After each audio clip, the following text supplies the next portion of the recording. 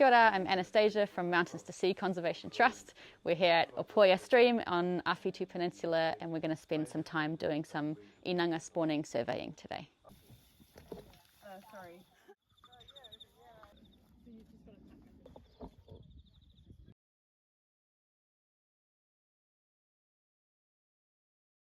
So they do a few reconnaissance missions before they spawn. They come out and have a look.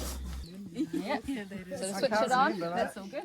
At the moment we are trying to identify the saltwater wedge, which is the area where the saltwater from the ocean pushes up and mixes with the freshwater from the stream, and that's where Īnanga like to spawn. So we're trying to find that spot together.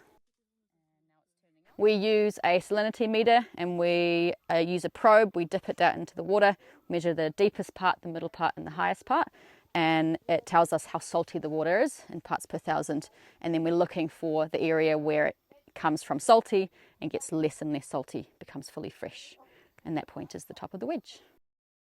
Īnanga prefer to spawn at the top of that wedge where the salt water pushes all the way up.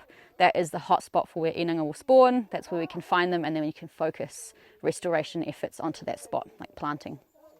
So we've just completed our saltwater wedge survey. We've identified that when we first started searching, the top of the saltwater wedge had not reached us yet, but over time, as the tide has crept in, we've actually returned to where we started and we found the top of the wedge exactly where we entered the stream for the first time.